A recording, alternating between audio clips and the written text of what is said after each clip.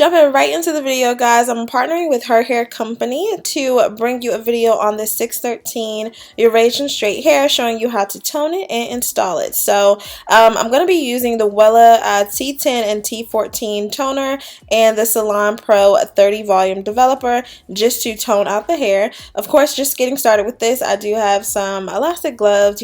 I never actually use gloves. I'm only using it for the purpose of this video. But anyway, I'm going to be mixing the toner with 1 part toner and 2 parts developer. I think I only ended up using the T10. I don't think I used the T14 at all, but I do have a total of 4 bundles. I think the longest length is about a 24 or a 22, either or. And so I'm just mixing the toner and developer together just to make sure that everything is thoroughly mixed through, and then I'm going to go ahead and apply that to the hair. Sorry about, I guess, the way this video is kind of angled. I think I was kind of in the way in some of the shots, so definitely just disregard. So because I did not need to wash the hair, I did go ahead and just kind of get it wet just a little bit or a lot of bit.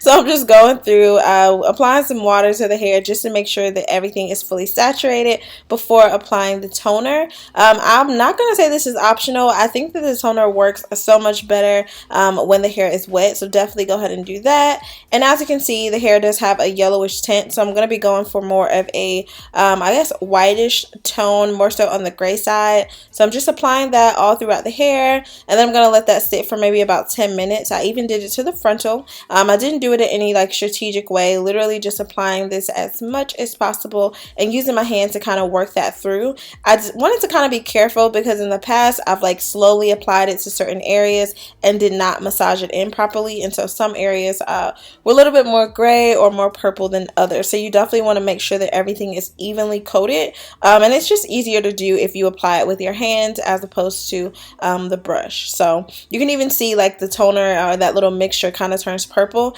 Definitely lets you know that it has processed out and things like that. As you can see, it's just gotten a little bit lighter. So I am just going through rinsing all that product off. I did go ahead and lightly shampoo it with some Aussie Moist shampoo, and then of course I think that I did go through with the conditioner as well, just to kind of provide a little bit of moisture and hydrate the hair again. So you'll kind of get to see a clip of that.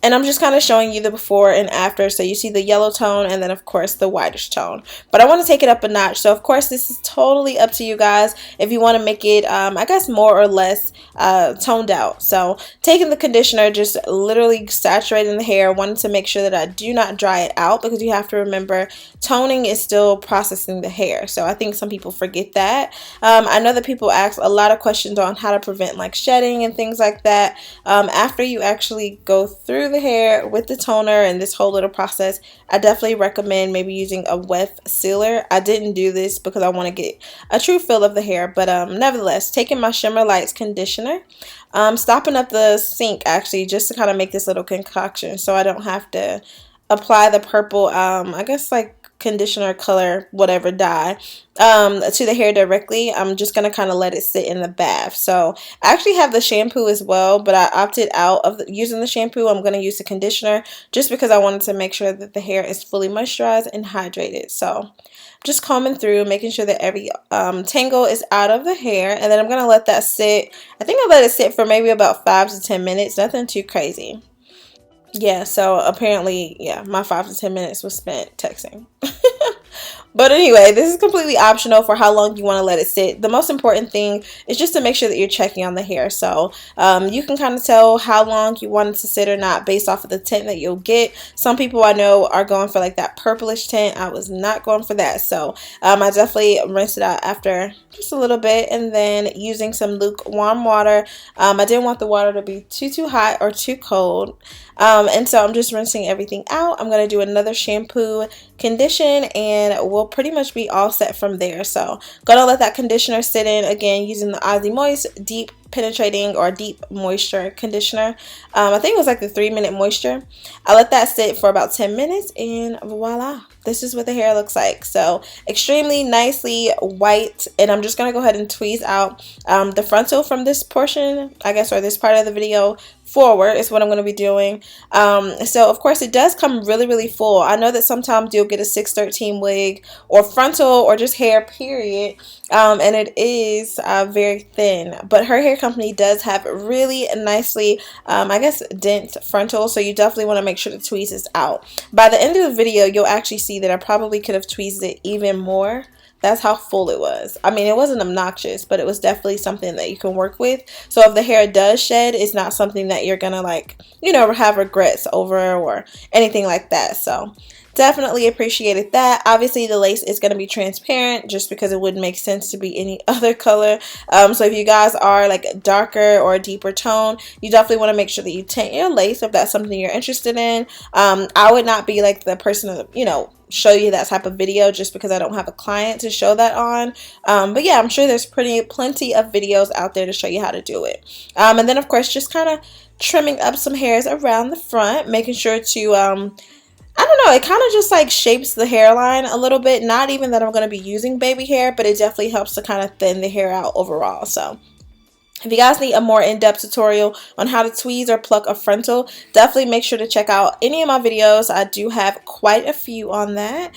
And yeah, I believe that we're pretty much all set. I'm just taking some tweezers. I think I got these from like Target or something like that. You know, you use whatever you feel comfortable with, and just until I was happy with it, kind of just did my little thing. And y'all, this hair was so freaking soft, and I actually was not getting much shedding at this point at all. So from here, I always measure out my frontals, and typically I guess a standard like hairline across from ear to ear is usually about 11.5 to 12 inches. So this actually fit perfectly. I did not have to trim off the sides or anything. So to be honest, this frontal was more on a smaller side. So let's get on to installing it. If you guys did not see how to do my ball cap method, definitely make sure to check that out. I will leave a link to that video in the description box. So this is what the wig looks like. If you guys need a video on how to make a frontal, of course I have wigs for, or I guess videos for that as well. But this is what it looks like. So instead of me using like a black cap, I went to my local beauty supply store and got a beige color or nude tone, a dome cap. So that's what that looks like. I hope you guys can find it, but yeah, I couldn't find an adjustable one like that. Definitely something they need to create, but yeah. So I'm just lining everything up, making sure that it does fit my hairline perfectly, or if there are any areas that I'm probably going to have to shape up. But nope, it literally was perfect the first time. So just taking some scissors, really sharp, and just kind of trimming the excess lace off. Of course, you can do this with like a razor blade, or on a mannequin head, or just completely off your head, whatever you feel comfortable with, because obviously you don't have clips or combs or an elastic band to hold it really to your head. But in my case, my head's pretty big, so I didn't really have to worry about too much of that. So I'm just completely trimming everything off, and let me see. So I'm gonna do that on both sides. Yeah, sorry, it's kind of weird like watching the playback of this, because then I have to remember exactly what it is that I did. So that's awkward, but anyway, it was pretty easy just trimming that off. And so of course, to install this, I'm going to be using my Ghost Blonde extra hold waterproof glue. Why can't I say that? Anyway, I've shown you about 3 times how I actually install units with the glue. So just to be on the safe side, you can actually see my hair that it's black through the cap. And so you can definitely see that I am in front of my hairline. Like, y'all, my forehead is just huge, okay? Like, I don't know. I don't think it's receding. I really think it's just always been this big. So if you are not as lucky as me to have a big forehead to be able to just kind of wear frontals easily, then definitely you might want to rethink the style. But nevertheless, you want to let the glue get a little bit tacky, not really on the white side, but more so just kind of, you know, on the clear side, a little tacky, not too dry. And then you want to go ahead and apply the wig. Definitely apply it a little bit in front of where that glue is, so that you can just make sure it's completely tacked down and you don't have any sticky edges, especially like a day after this. I know most people don't show that portion of, you know, the wiggling process a day after, but if you do get in a shower or any moist environment, the edges of your frontal will show if there was any glue that, you know, kind of seeped through. So you definitely want to make sure that it is laying as flat as possible and that you guys are carefully and slowly applying your unit. So I'm just going to continue to lay this bold hold or ghost bond. Bold hold, and is that the same? I don't know. Sorry. But anyway, I'm just laying this down, as you can see. Yeah. So from here, I'm just going to go ahead and smooth this over with a comb, as you can see. I feel like I've done this so many times. Like, if you don't know how to do it, I'm trying to figure out why. Now, obviously, if you feel uncomfortable with the glue, you can definitely install this with, like, the Gotta Be Glue gel or even the spray. I think the last time that I did a video on the 613 hair, I did not use glue. Actually, I know that I didn't because I just recently started using the glue because I feel more comfortable with it now. But back then, I definitely was not using it, so... And I think I actually put the sides of this wig down a little bit too early. You can kind of see where it's still kind of on the white side. So I did attempt to let it dry just a teeny tiny bit, but not too crazy. And I'm just going to lay that down. You see, it should have dried just a little bit more before I laid it down, but clearly I was annoyed and tired of doing this. Just ready for it to be over. And y'all, this hair is so freaking thick. So whenever you do finally get it laid down and everything's all dry, I'm just taking a comb just to make sure that no hair is like stuck in the glue. I'm not going to be doing any baby hair or anything annoying like that. I'm definitely just, you know, in the business of laying down the frontal, and hopefully I would have tweezed it enough to where everything looks natural. So from here, I'm going to do the same thing on the other side, and I will be right back to kind of finish up.